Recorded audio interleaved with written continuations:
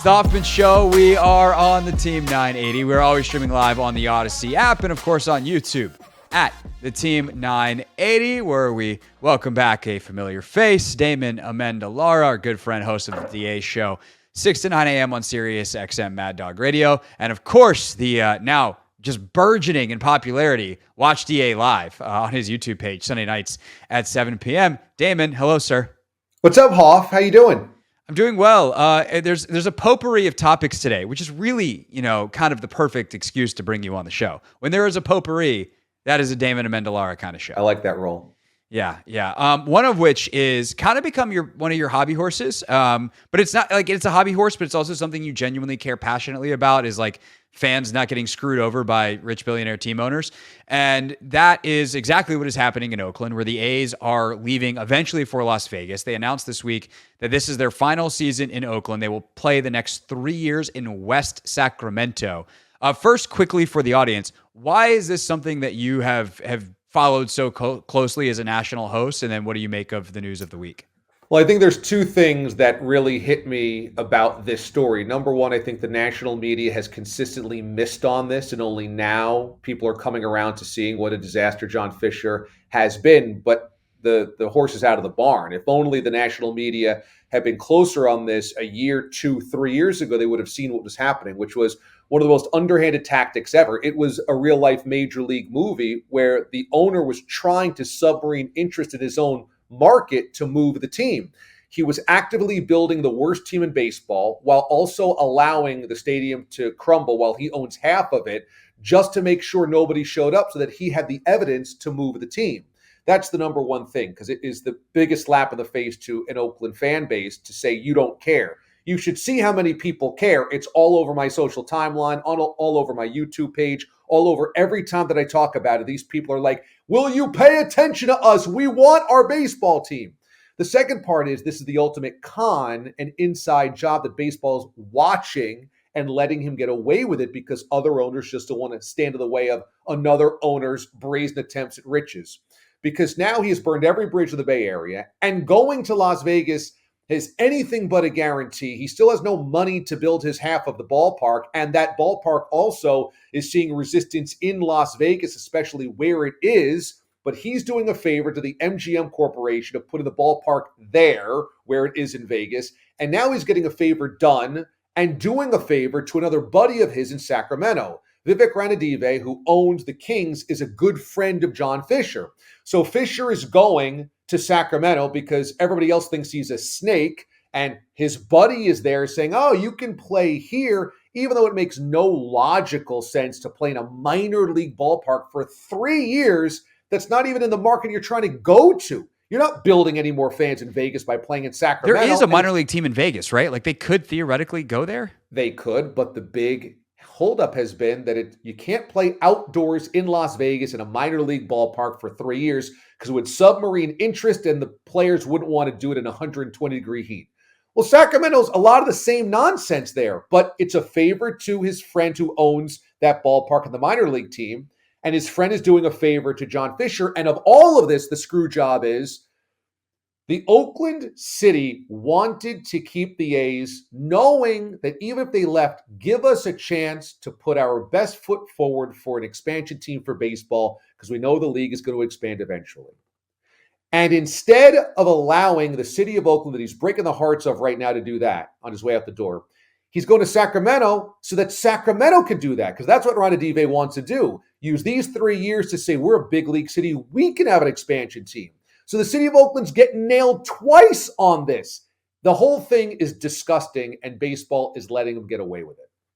And it sounds pretty par for the course for Major League Baseball over the last couple of years. Unfortunately. Yeah. Like, is Manfred now the easiest, worst commissioner in sports? I mean, Goodell's obviously got a lot of pockmarks. There's also a lot of good stuff the NFL has done. Good being a relative term under his leadership. Obviously, profits and such of TV ratings, like the game's more popular. You could argue the game is safer now in some ways, which, some defensive players are sad about, depending on which rule we're talking about. But generally speaking, there's at least a little bit of a mixed bag for Goodell. I don't even know if the bag is mixed for Manfred. I feel like everything he touches, people hate. Yeah, I mean, I think there's two tiers here. I think that Goodell and Adam Silver largely get passing grades, even if we don't agree with everything. And I certainly don't agree with everything that Goodell does.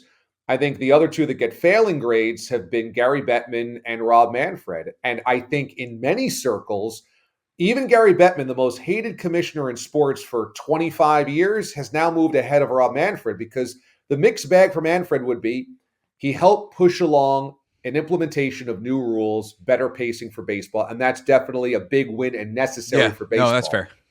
But everything else seems to be a loss. Everything else seems to be foot in mouth, seems to be from a personality standpoint, a PR standpoint, he just keeps missing. And this one is going to be a big stain on his resume because it's been so embarrassing from a public standpoint. And I look at Ron Darling's comments from the other day, and Darling played most of his career with the Mets, but he played the last 5 years with the A's. And Darling said, the only word I can use is appalling. What baseball has seen with John Fisher and the A's has been appalling. That's some pretty heavy stuff from a guy who's not known for hot takes, but that's what Rob Manfred has allowed to fester with John Fisher. Damon Amendolara, SiriusXM, and of course you can follow him on YouTube as well. Watch DA live Sunday nights, and on his YouTube page you can obviously learn a lot more about this if he has piqued your interest and you haven't been following this a whole lot. Damon has been talking about this for years, so just search on YouTube for his videos. I do think also, the subject. not to cut you off, but your audience, which has been looking at potential new construction of new arenas and where do the Wizards move and where do the Capitals move and how do you get a new Commander Stadium done and will it be in the city? Does it have to be outside of the city? What happened with FedEx Field and all of that? What has happened in Oakland is I think it's important for every fan base, because every city and every market is always, we're always dealt with the same hand. You don't want to lose your teams, do you? So you have to step up and do something, don't you? And we're always in the middle of this kind of like billionaire helping billionaires or politicians helping billionaires and all these types of handouts. And I know you feel the same way. Like it's so over the top of what the consumer, the taxpayer, the fan is asked to do to help out billionaires who can't seem to figure their own problems out. And if it can happen in Oakland, where an owner goes, I just don't want to be here anymore, even though there's plenty of reasons to stay. I just don't want to be here anymore. I'm gonna fix the books to get out of here. It can happen to a lot of places. And for you in DC, that's a very similar sized media market to the Bay Area. Very similar. So it's not like this can only happen in Jacksonville or San Antonio. This can happen a lot of places. And he's stealing a team for no real good reason. No, he is. And, we've talked about this quite a bit because even within the jurisdictions here, because of the unique nature of the DMV, where Leonsis was trying to take his teams to Virginia and a lot of people in DC were upset and that became very complicated and we've covered it quite a bit. We've kind of, at least I have come to the conclusion that this needs federal regulation, which is not a sexy sports radio topic. Once you get into federal regulation, everyone's like, okay, cool, great entertaining show we have today. And I'm certainly not a legislator and know exactly how that should get done. But, I said that, and one of our guests said that a couple weeks ago, and we got some YouTube comments like, you really want the feds involved here? And I'm like, who else can do it? Like when we're talking about the threat of billionaire owners literally crossing state lines, going to different places, it's got to be federal, because if one state prohibits it and the other state doesn't, so we're doing this more at the local level, owners are just going to leave to the place that has less regulation and more freedom. So if everyone agrees that hey, there is a portion of sports teams that belong to the cities, no matter what the paperwork says on the billionaire that owns it, and putting that literally into law, that is what is needed to prevent something like this from happening. Because as much as we all think that we own the teams because they have our city's name across the chest on the uniform, the billionaires have proven, from the Irsay family on to John Fisher, and I'm sure before, and I'm sure Fisher won't be the last one, that they own the damn teams. Yeah, and I think there's a lot of people that just throw up their hands and say, well, that's capitalism. These are owners. They can do whatever they want. But it's a lot different, because it's not like John Fisher, who inherited the money of the Gap fortune from his parents, is moving the Gap headquarters to Las Vegas. Hey, that's up to him. It's a big loss of revenue to the city of Oakland, a big loss of jobs. But that's not what this is really about. This is what you consider civic institutions.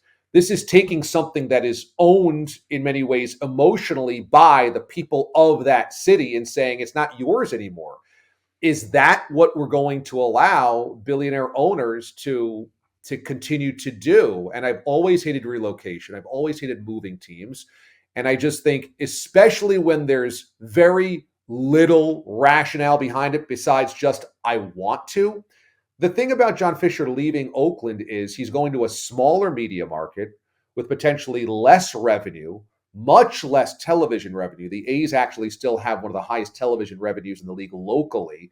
And he's doing so just because, I don't want to deal with anything here. Or I want to do something with my team that mommy and daddy can't tell me I can or cannot do, which is not a good enough reason to uproot an organization that is a civic institution to the people of that city. Yes, absolutely. 100%. Very well said. Watch DA Live Sunday night, 7 p.m. on YouTube. That'll kind of be your post game for the women's final on Sunday. I'm going to quickly here. What is your favorite game of the weekend currently on the schedule? So you got the two Final Four women's games tonight, the two Final Four men's games tomorrow night. You'll talk about it all on Sunday on YouTube. What is your favorite game that you are most looking forward to of the 4 games this weekend? Iowa, UConn. I think that Caitlin Clark is can't miss television. It's a can't miss athlete in a world where we have so many things to bombard our attention span. Watching Caitlin Clark at the highest level is something you simply have to put everything else down to do and watch. And what she did the other night against LSU was effervescent. It was historic, and she just keeps upping the ante. So can she do it against UConn? If she gets to the championship game, can she do it against perhaps South Carolina? That storyline is unlike anything else we have. And the men, UConn going for their history, and Alabama in a first Final Four, and Purdue trying to, validate itself after last year's 116 upset. Not it all pales in comparison to watching Caitlin Clark try to do the impossible, which is win a national championship at Iowa. Yeah, and to go through Paige Beckers, who was the number 1 player in her recruiting class, and obviously we now, thanks to Wright Thompson, know the story of Caitlin and her desire to go to Connecticut. That was not something that Gino ever pursued. And then you got South Carolina waited, if they're there, undefeated. Now, what more could you ask for from a storyline standpoint? DA will be talking about it Sunday night on his YouTube page. 7 p.m. is the live stream. Damon, always appreciate your time, sir. Thank you very much. You got it, Hoff. Talk to you later, buddy. Thanks. What's up, kiddos? It's your boy Clinton Yates from ESPN. It's the Hoffman Show on the Team 980. Tell your mama I said what's up.